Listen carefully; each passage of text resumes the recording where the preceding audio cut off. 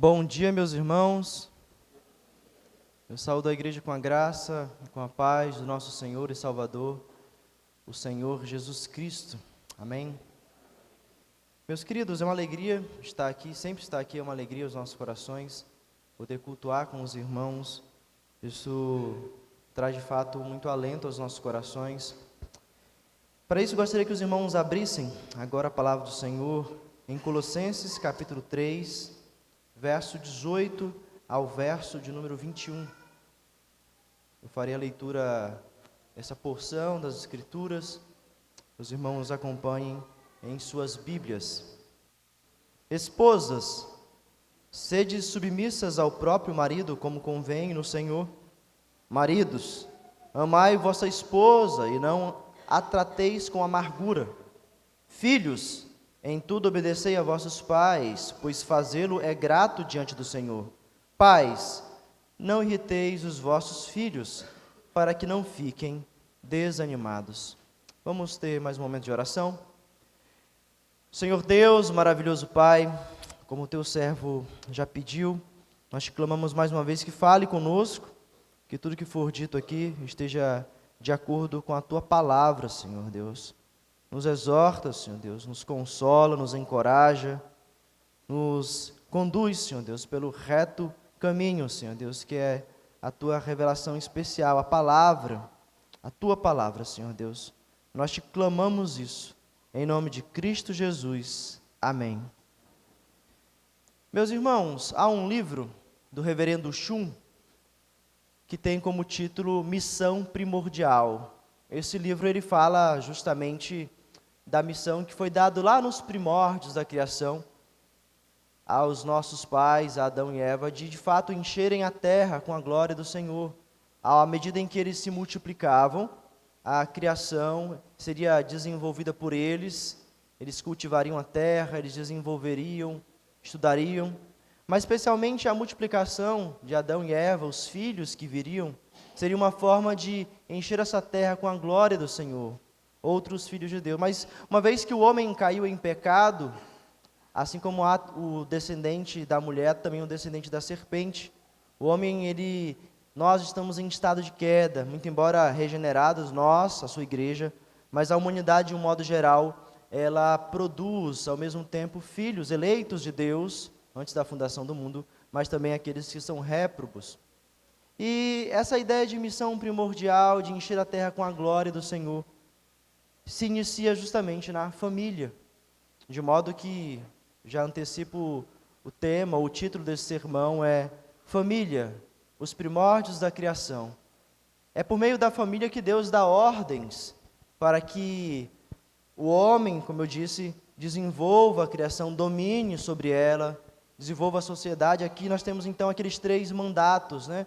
Eu sei que os irmãos os conhecem, boa parte dos irmãos, um mandato espiritual, um relacionamento com o Senhor, muito embora tudo seja espiritual, em última instância, a observância da lei do Senhor, desde o Éden mesmo.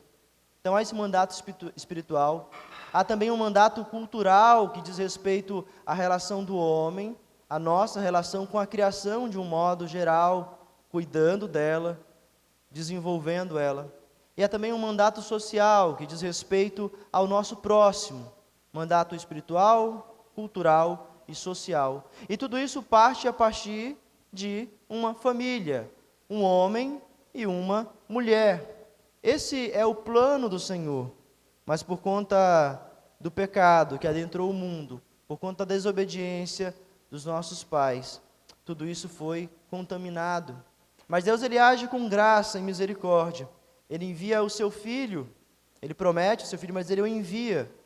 E assim nós podemos ter os nossos corações regenerados, os nossos pais na esperança de que viria o Messias, e nós na certeza de que ele já veio e que ele voltará.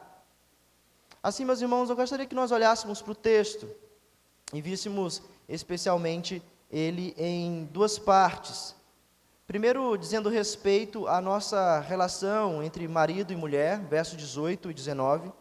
Em segundo, referindo-se a essa questão da paternidade, verso 18 e 19, falando do casamento, e verso 20 e 21, dizendo respeito à paternidade, aos pais e mães com os seus filhos. Voltando os nossos olhos para o texto, neste primeiro ponto, verso de número 18 e 19, falando do casamento. O texto nos diz: esposas, sede submissas ao próprio marido, como convém no Senhor. Maridos, amai vossa esposa e não a trateis com amargura. Certa vez eu ouvi o reverendo Ageu Magalhães comentar, ao expor Gênesis, é uma outra passagem, mas ele faz o seguinte comentário: não há nada pior para uma esposa do que não ser amada, e não há nada pior para um marido do que não ser respeitado. Uma esposa que não é amada pelo seu esposo é de fato algo terrível para ela e para aqueles que veem, para os filhos. E um marido que não é respeitado pela sua esposa, de igual modo, é algo vergonhoso, é algo triste para ele e para as pessoas que testemunham aquilo.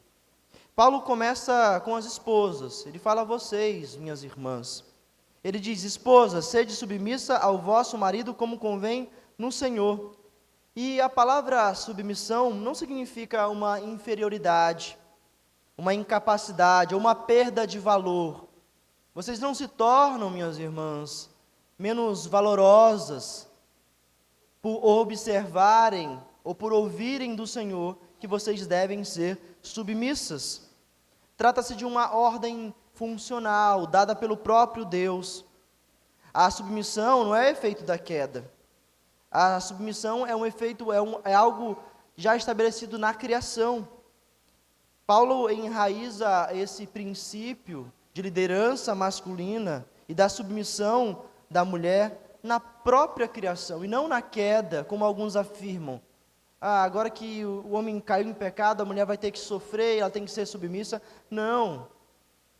E para isso eu gostaria que os irmãos abrissem lá em Gênesis, capítulo de número 2, para que nós pudéssemos entendendo que a palavra de Deus, ela é um grande arcabouço, ela está intrinsecamente ligada, minimamente ligada em todos os seus detalhes, de Gênesis a Apocalipse. Gênesis capítulo de número 2. Nós vemos que no capítulo 2, verso 18, Deus ele cria a mulher é criada como uma auxiliadora idônea. Disse mais o Senhor Deus, Gênesis 2:18, não é bom que o homem esteja só, façar-lhe uma auxiliadora que lhe seja idônea.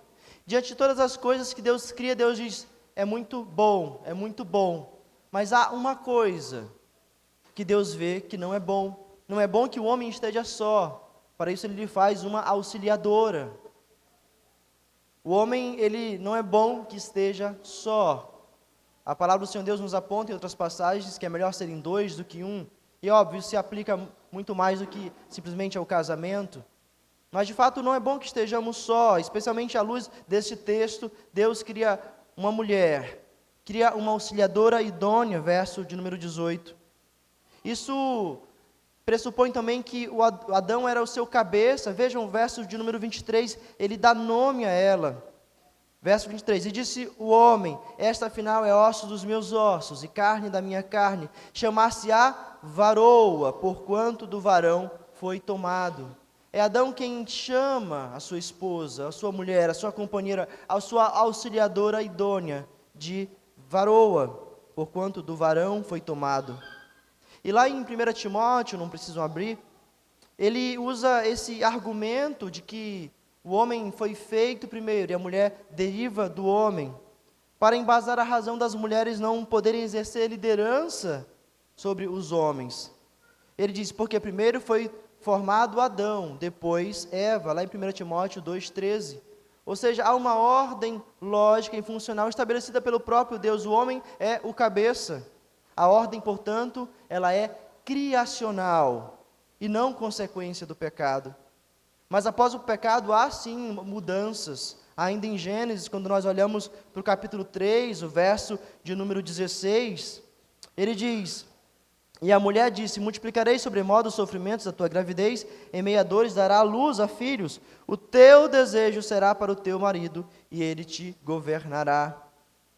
Aqui o que muda não é a ordem criada, mas a distorção dela, porque o pecado ele nos corrompe.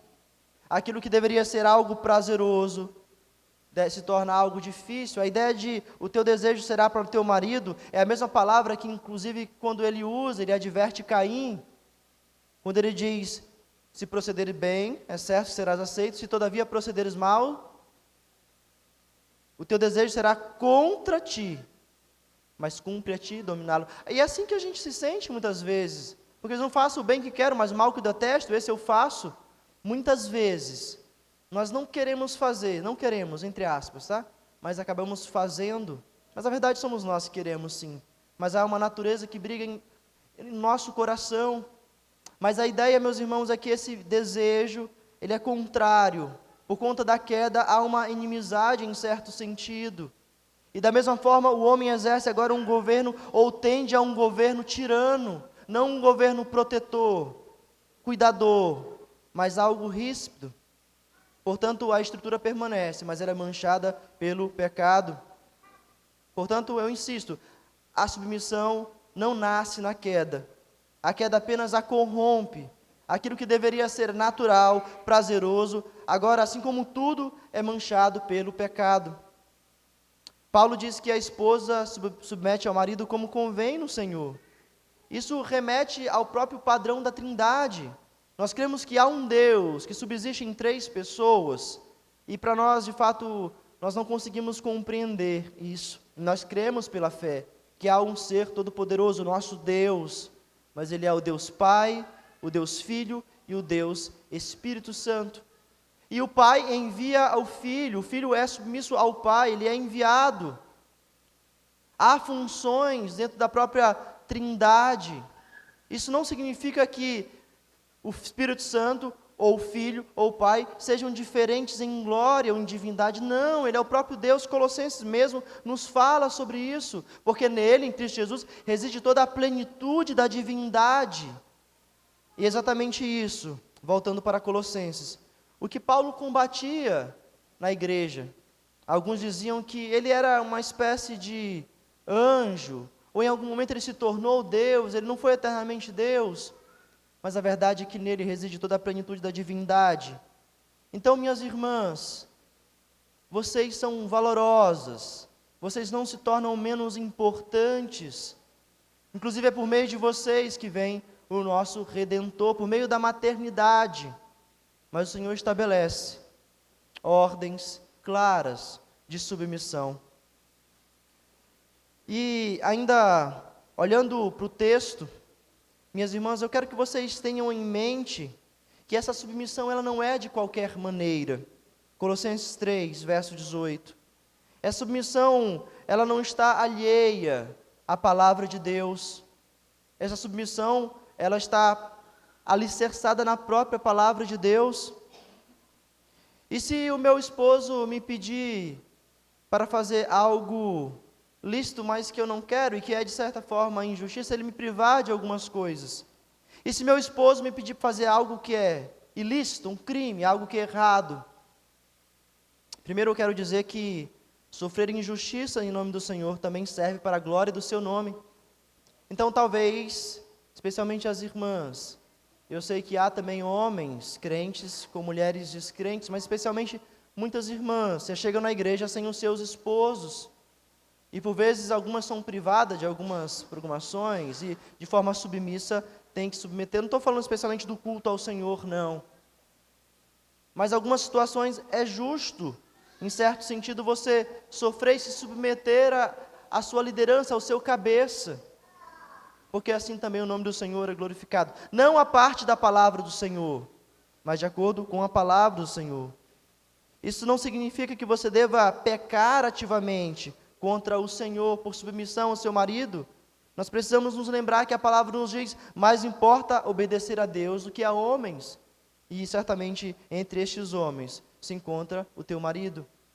Mais importa obedecer a Deus do que a homens. É por essa razão que Paulo diz: como convém no Senhor. A ideia de como convém no Senhor é como agrada ao Senhor, como Ele deseja. Mas também nós podemos entender é como o Senhor nos ordena em sua palavra. E talvez a gente crie algumas situações, os nossos corações maus, corrompidos, crie situações extremas para dizer: mas se ele me pedir para fazer isso, coisas que são obviamente claramente erradas à luz da palavra. Mas o problema é que as grandes lutas não são nessas coisas, são nas coisas mínimas, são nas coisas rotineiras. O texto nos diz: importa obedecer a Deus, isso é muito claro. Ele não fala de uma submissão cega, abusiva, é uma submissão voluntária, piedosa, sobre o senhorio, sobretudo, de Cristo. Você glorifica a Cristo, minha irmã, quando você é submissa ao seu marido. Cristo define o limite, até onde a submissão vai, o modo e o propósito. O limite é a palavra de Deus, o modo é de acordo com a palavra de Deus, e o propósito é para a glória de Deus. Minha irmã, ainda que você tenha um marido ímpio, ou talvez um marido crente, mas que incorra ainda em muitos erros, e precise, assim como todos nós precisamos, ser moldado a cada dia, ser transformado, você precisa ser submissa a Ele, em um propósito vertical, em relação a Deus, e um propósito horizontal com relação ao próximo. Um propósito vertical é para a glória do Senhor. Mesmo que ninguém veja, mesmo que as pessoas não lhe aplaudam, mesmo que as pessoas zombem de você, dizendo que isso é algo arcaico, que isso passou, isso é do passado, não, você faz para o Senhor, e assim você glorifica o nome dEle, porque todas as coisas são para Ele, tudo é para Ele, e ainda que as pessoas não vejam, Ele lhe vê, Ele lhe assiste, Ele lhe consola. Sede submissa ao teu marido para a glória do Senhor. Mas há também um propósito horizontal. Isso nós podemos ver lá em 1 Pedro, capítulo 3, abram comigo, verso 1 a 5. Mulheres, sede igualmente submissas ao vosso próprio marido, para que, se ele ainda não obedece à palavra, seja ganho sem palavra alguma, por meio do procedimento de sua esposa. Seja submissa.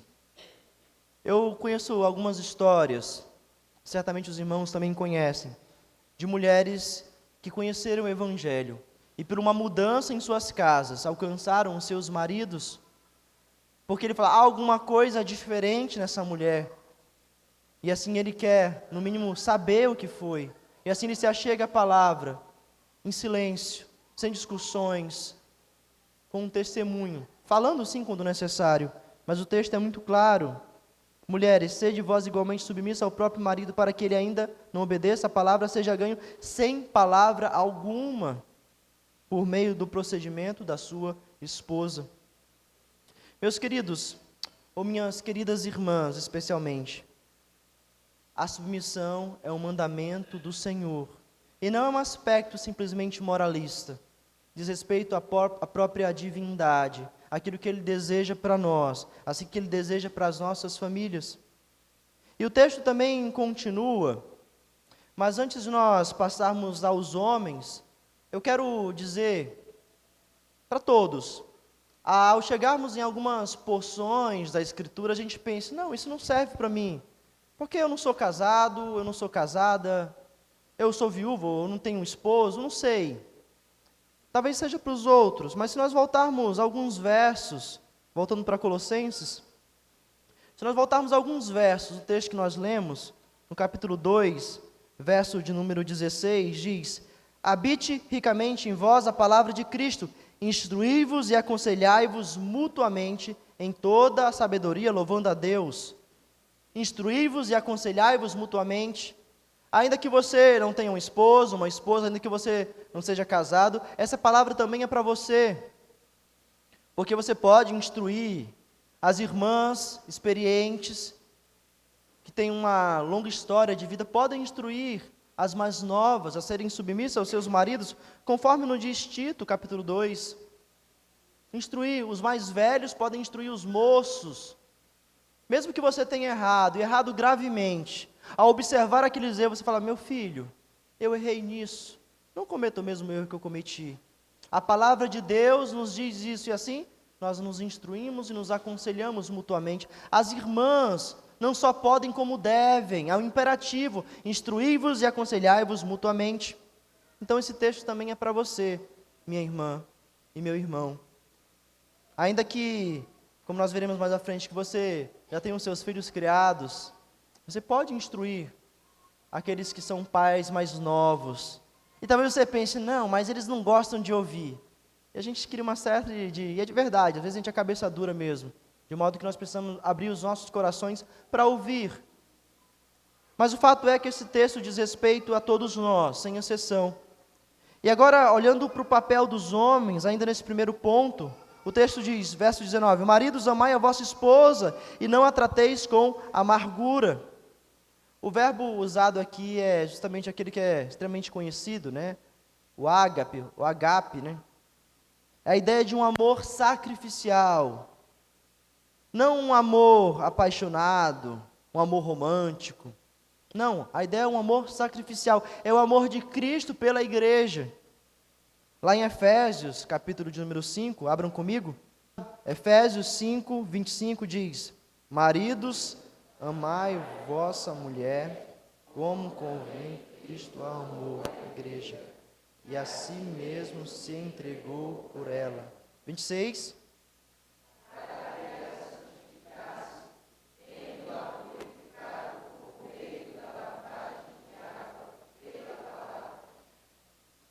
Cristo se entrega pela sua igreja. Nós somos a noiva de Cristo, nós que somos o seu corpo, nós somos a sua noiva, ele se entrega pela igreja.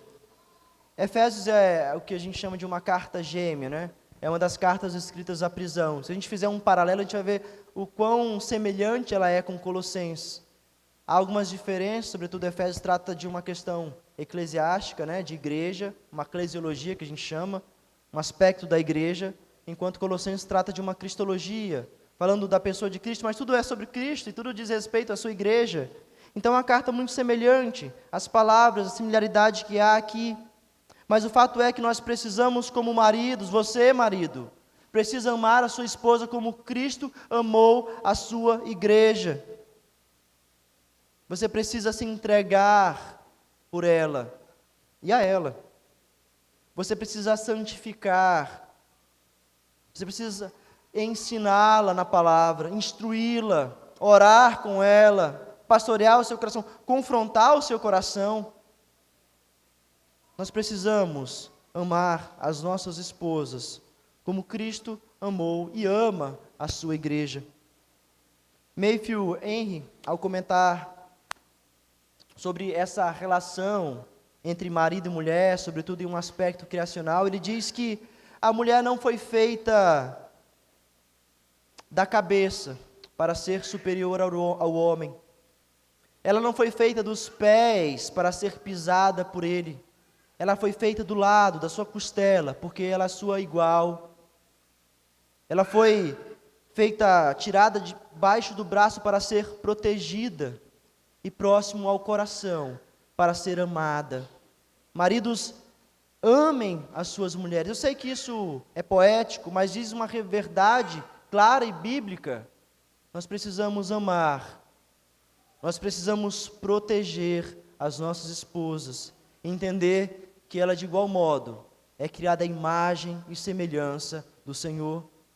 A liderança, meus queridos, não é algo que deve ser feito com tirania. Cristo não é tirano. Ao contrário, ele se dá por a sua igreja. Ele vai até as últimas consequências, tomando a cruz, morrendo por ela. E talvez você pense, não, eu estou disposto a morrer pela minha esposa, eu não tenho dúvidas de que, certa vez eu ouvi o reverendo Alfredo ilustrar, né? Se você está em um ambiente e chega alguém para fazer um assalto, e ele aponta a arma para sua esposa, eu não tenho dúvida de que os homens se colocariam na frente e morreriam pelas suas esposas em um ato heróico. Isso é bravo, isso é louvável. Mas talvez isso seja fácil. O difícil é, dia após dia, se entregar por ela. É pastorear o seu coração. É fazer aquelas coisas que eu sei que os homens têm o seu tempo, né, de fazer. Mas isso não deve ser vazão para o nosso pecado. É cuidar dela, para que ela não tenha ruga, inclusive. Meus irmãos, nós precisamos amar as nossas esposas. E se nós formos sinceros, nós veremos que temos pecado nisso. E o texto ainda continua, maridos, voltando para Colossenses, maridos, amai vossa esposa. Essa é a ordem. Ele diz: não a trateis com amargura. E a palavra aqui, traduzida por amargura, significa tornar amargo, parece meio óbvio, né? Mas é algo áspero, rude, uma irritação. Carrega a ideia de um ressentimento ativo, tratar com hostilidade emocional e talvez até física. E eu sei que às vezes a gente pensa que estamos sendo muito práticos, né? Não, porque as coisas têm que ser assim, rápido, direto, grosso. Mas o texto também nos diz que nós temos que considerar a mulher como uma parte mais frágil. As mulheres, de fato, elas são mais sensíveis. Deus as fez assim, enquanto o homem é feito do barro, né? A matéria bruta, a mulher é tirada de uma parte refinada. Isso diz respeito a como Deus as fez. A queda, meus irmãos, ela introduz uma inimizade neste relacionamento. Por um lado, os homens, como eu já disse, são tentados a tratar as mulheres com tirania e as mulheres a serem submissas. Mas a palavra coloca tudo nos eixos. Ela quebra os nossos corações que tendem a caminhar contrário a essa palavra. Por isso o coração masculino ele distorce essa liderança, tratando muitas vezes as nossas esposas com aspereza, dureza, um silêncio punitivo. Porque eu prefiro não falar nada. A palavra diz que o sol não deve se pôr sobre nossa ira. Não demore para tratar as coisas. Mas ela é muito orgulhosa. Então, seja humilde na relação. Seja o cabeça, porque é o que Cristo faz. É o que Cristo faz. Engula o seu orgulho. E grande parte dos problemas no casamento dizem respeito ao orgulho. Porque muitas vezes a gente não quer ceder. Porque a gente não está errado, nós não estamos errados. O errado é ela, ou ele, não é? Mas a verdade é que o texto nos aponta uma outra coisa. Maridos, amai vossa esposa, e não a trateis com amargura. E o texto continua, nessa segunda parte, falando dos filhos. Ele diz: filhos, em tudo obedecei a vosso pai, pois isso é agradável ao Senhor. Isso em uma outra versão. O fato é, meus queridos, que os filhos também são chamados a obedecer.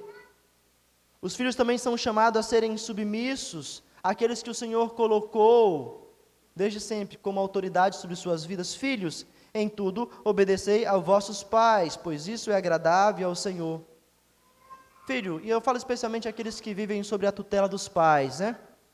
Aqueles que ainda não construíram família, aqueles que, especialmente as crianças, certamente as crianças e os jovens. Eu não falo de homens casados, homens que têm a sua própria liderança. O próprio Senhor Jesus repreende Maria, sua mãe. Ele diz: mulher, o que tenho eu contigo? Porque ela queria controlá-lo. É necessário às vezes que você tenha uma palavra, ainda que amorosa, mas mais firme com os seus pais. Mas eu falo especialmente às crianças, os jovens. Vocês são exortados, meus filhos pequenos, a obedecer não em algumas coisas, mas em tudo. Filhos, em tudo obedecei a vossos pais. Não é uma obediência seletiva. Tem coisas que a gente gosta de fazer, né? Isso eu faço com o maior prazer. Quando vai para brincar com água, né? Lavar a varanda, as crianças gostam, né? Não é uma obediência seletiva. É uma obediência ampla, de respeito a tudo. Sim, segundo a palavra do Senhor. Ela é abrangente, abarca todas as áreas da vida, desde a infância até de fato quando você tem independência dos seus pais. Obedecer é a ideia de ouvir, estar debaixo da sua liderança, do seu pastoreio, é atender prontamente a voz, seu pai. Então, crianças, quando o papai chamar, obedeçam, ouçam, não finjam que não estão ouvindo. Porque vocês por vezes podem até argumentar: eu não ouvi. Mas Deus sabe quando você escuta e você finge que não ouviu. Deus sonda os nossos corações. Deus sabe. A obediência é ouvir atentamente, responder prontamente. Portanto, criança, quando o papai e a mamãe disser que é hora de sentar na mesa para comer, é hora de sentar na mesa para comer.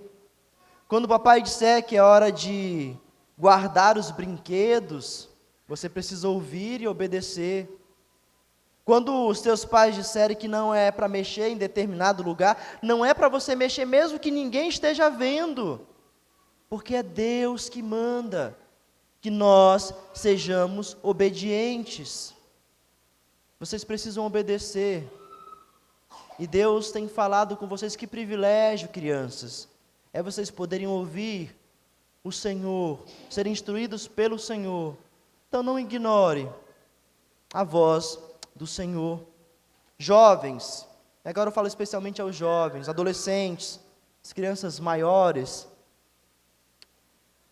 Conforme vocês vão crescendo, conforme nós fomos crescendo, conforme nós vamos crescendo, cada vez mais as nossas desobediências ficam mais feias. É mais ridículo. Não porque ela seja escancarada, pelo contrário, porque ela é mais velada, ela é mais maquinada, as mentiras são bem mais estruturadas. A criança, ela come o chocolate que não deveria comer, e a boca está toda suja, e você pergunta, você comeu? Ela, não. Mas quando a gente vai crescendo, a gente aprende a limpar os vestígios dos nossos pecados. Mas Deus sabe, jovens, Deus sabe o que vocês fazem. Eu acho curioso que muitos jovens às vezes querem casar, né? E não há problema nenhum, inclusive devem querer casar, devem orar por uma esposa, por um esposo, devem trabalhar as suas vidas para isso, para terem um emprego, terem com que sustentar, serem dotados de habilidades domésticas, na criação dos filhos, no cuidado do esposo, mas querem, e clamam, e vão atrás, muitas vezes de forma pecaminosa, mas não tem coragem de jogar o lixo,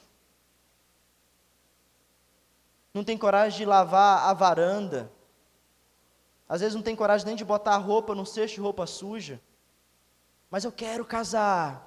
Aprenda a ser submisso aos seus pais primeiro, trate isso, não pense que quando você casar, Deus transforma de fato, né? E olha como Deus transforma. Mas não pense que vai simplesmente virar uma chave e você vai ser uma outra pessoa. Você vai levar esses pecados para o seu casamento.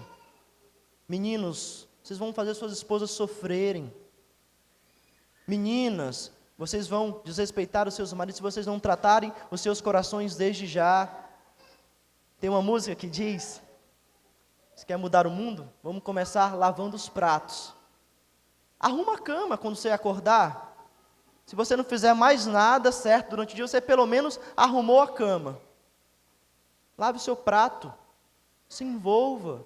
Porque isso é agradável ao Senhor. Olha o que o texto diz: filho, em tudo obedecei a vossos pais, pois fazê-lo é grato diante do Senhor. Mais uma vez, isso é grato diante do Senhor. Você faz e você obedece seus pais, sim, em certo sentido, para os agradar, para deixar-o feliz, mas essa não é a razão. A razão não é porque você vai mudar e agora você vai ser um bom partido, ou uma moça prendada. Não, diz respeito à glória do Senhor, porque talvez amanhã você morra e você não case. Mas você agradou o Senhor naquilo que o Senhor lhe confiou.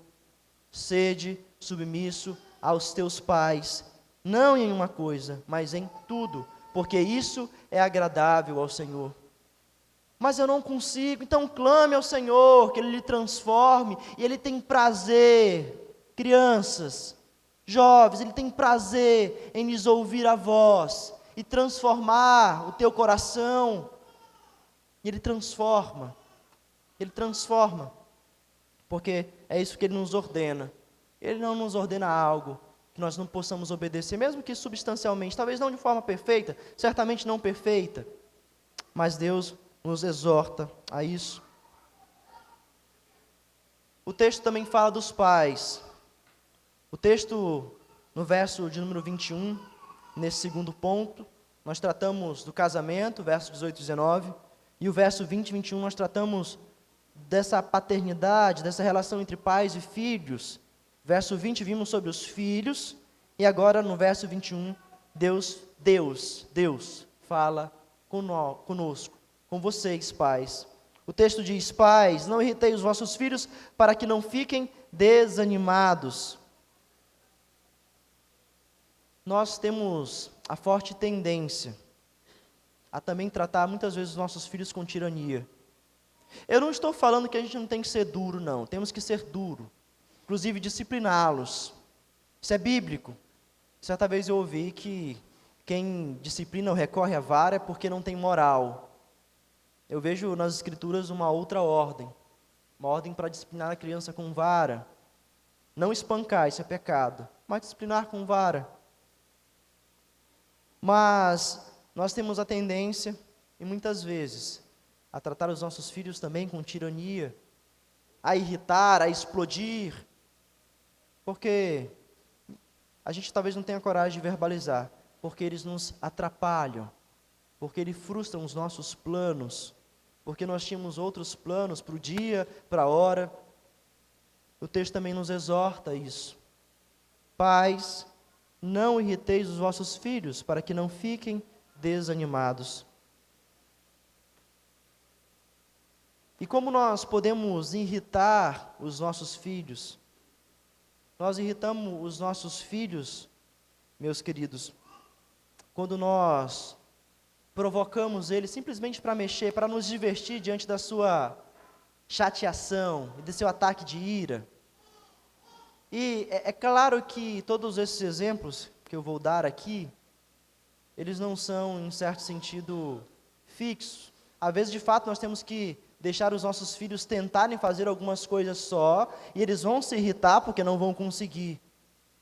Mas isso não precisa ter um fim em si mesmo, não deve ter um fim em si mesmo. Quando nós humilhamos os nossos filhos com palavras ásperas, dizendo, você não presta, você não sabe fazer nada certo, você só me atrapalha, você me irrita. Não, é o nosso coração aflorando todos os maus desejos, toda a nossa pecaminosidade, sem máscaras. O problema não está no próximo, está no seu coração, pai. Está no seu coração, mãe. E mãe, minhas queridas, eu sei o quanto é cansativo, a gente acompanha. Criança cansa. Ela literalmente suga. Mas é por meio da maternidade que veio o nosso Redentor. Lembre-se disso. E quando você não tiver mais forças, clame ao Senhor, paciência. Talvez Ele te coloque em algumas situações para você aprender a ter paciência. Minha esposa sempre diz que a gente pede tanto algumas coisas a Deus, e quando Ele nos dá, a gente reclama, né? Deus molda os nossos corações. Nós vamos errar, mas Deus de fato nos transforma. Nós irritamos os nossos filhos quando nós exigimos exageradamente, e por vezes até argumentamos, né? Não, que eu exijo tanto, eu sei que ele não vai conseguir, mas aí eu sei que ele vai fazer o máximo. E a sensação que dá nos filhos às vezes é que eles nunca podem agradar aos pais, nunca podem obedecer os seus mandamentos, ou as suas tarefas. E eu não estou falando aqui, meus queridos, de uma psicologia moderna, em que diz que nós não devemos traumatizar os filhos, não é essa ideia, mas em certo sentido, à luz da palavra de Deus, nós devemos de fato dar tarefas que possam ser executadas. Nós não devemos disciplinar os nossos filhos com ira. E quando você fizer, você tem que ser humilde o suficiente para chegar para o teu filho, ainda que ele seja um bebê, e dizer, meu filho, minha filha, eu pequei, me perdoe, eu agi asperamente contra você. Você não é Deus, você erra. E quando você reconhece os seus pecados para os seus filhos, você está ensinando ele que você também precisa de perdão. E se você precisa de perdão, ele também precisa de perdão. Porque às vezes os nossos filhos nos veem como super pessoas, mas nós somos pecadores e falhos. E assim eles olham para nós, se meu pai precisa de perdão, eu também preciso. E vocês apontam assim Cristo para eles. São palavras duras, meus irmãos, e não pensem que essas palavras não passam pelo meu coração, porque nós como pais erramos, nós pecamos contra o Senhor e contra os nossos filhos. Mas se Deus lhe deu filhos, certamente, você pode obedecer, mesmo que substancialmente, para a glória dEle. Você não deve punir sem explicação. A disciplina ela não tem um fim em si mesmo, bater por bater, o seu filho não é um saco de pancada. Boa disciplina com amor, isso requer tempo, você tem que parar suas atividades, conversar com ele, orar com ele, mas às vezes a gente não tem tempo, não é mesmo? nós precisamos agir de forma bíblica e confiar em Deus. E quem diz que disciplinar filho é fácil, certamente está fazendo de forma errada, porque não é fácil. Porque às vezes, como eu disse, o tempo é curto. Nós temos que sentar, conversar, explicar, orar, ler a palavra de Deus, explicar, porque é a palavra de Deus que nos ordena isso. Você tem que caminhar com o seu filho. Você irrita o seu filho quando você lhe dá ordem, não instrui, não caminha com ele. Como eu disse, há situações que você precisa deixá-lo sem tentar, se esforçar, se frustrar, inclusive. Mas certamente, nós pecamos quando nós exigimos e não os instruímos. E o texto fala também sobre não ficar desanimado. Sendo bem direto, traz uma ideia de uma desmoralização interna, uma tristeza. É como se nós matássemos os nossos filhos espiritualmente, emocionalmente. Não irrite os vossos filhos para que eles não fiquem desanimados. E nós os matamos, e nós nos deixamos desanimados quando nós tratamos com muita dureza, além do que a palavra nos diz, mas também que nós agimos com uma permissividade, quando nós deixamos a criança fazer tudo o que ela quer. Isso também é pecado. Nós pecamos nos extremos, e é o mesmo pecado, é a negligência do cuidado com os nossos filhos, em excesso e em falta. A palavra nos norteia, e eu não gosto de pensar que nós temos que usar um meio termo, não, temos que descartar as duas coisas e fazer aquilo que é bíblico, fazer aquilo que Deus nos ordena. Nós muitas vezes não impomos limite para os nossos filhos, de TV, de brincadeiras, de comida. Nós não sabemos dizer não, porque se eu disser não, ele vai chorar. E assim nós vemos muitos adultos mimados, que não sabem ouvir não, e se esperneiam. Talvez você lembre de alguém, talvez nós sejamos esse alguém. Ninguém gosta de ouvir não, mas quando nós somos tratados, desde pequeno, certamente nós cresceremos em graça, em estatura diante do Senhor, para a glória do nome dEle. Meus queridos, caminhando para o fim, eu quero lembrar, meus irmãos, que nós como pais, nós erramos. Nós, como filhos, erramos, continuamos a errar. Nós como cônjuges, maridos, esposas, também erramos. E o que fazer diante disso tudo? Primeiro, nós precisamos nos lembrar que houve um filho perfeito. Houve alguém que em perfeita obediência ao seu pai, disse ali no Getsemane: Senhor, Pai, se possível, passa de mim esse cálice sem que eu beba, contudo que seja feita a tua vontade. E ele fez a vontade do Pai. E este mesmo filho é o noivo perfeito, é o homem perfeito, é o varão perfeito. E pela sua noiva, pela sua igreja, ele foi até as últimas consequências, cumprindo o perfeito mandato do Pai.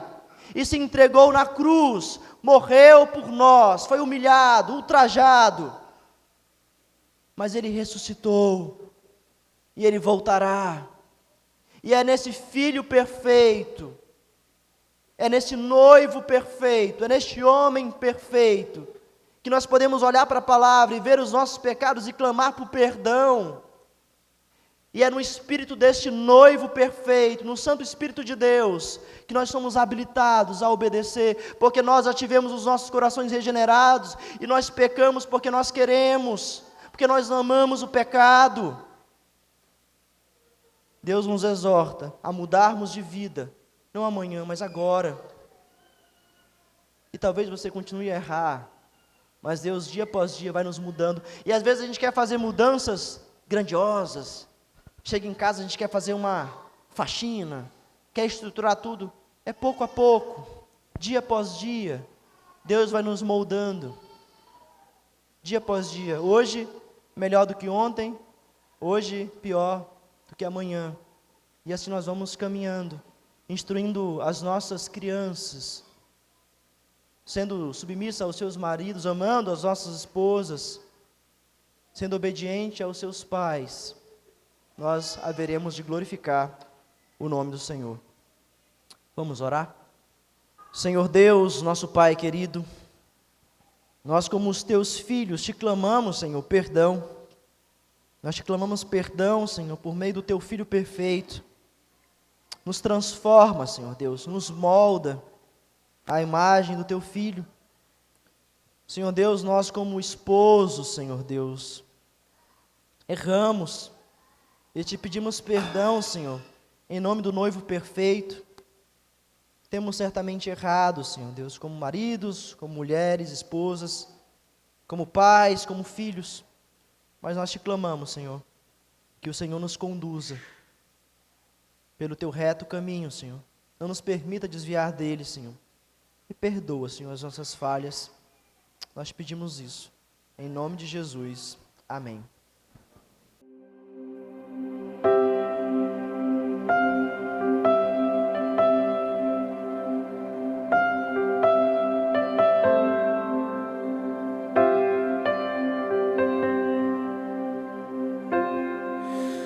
Tu és bem-vindo aqui.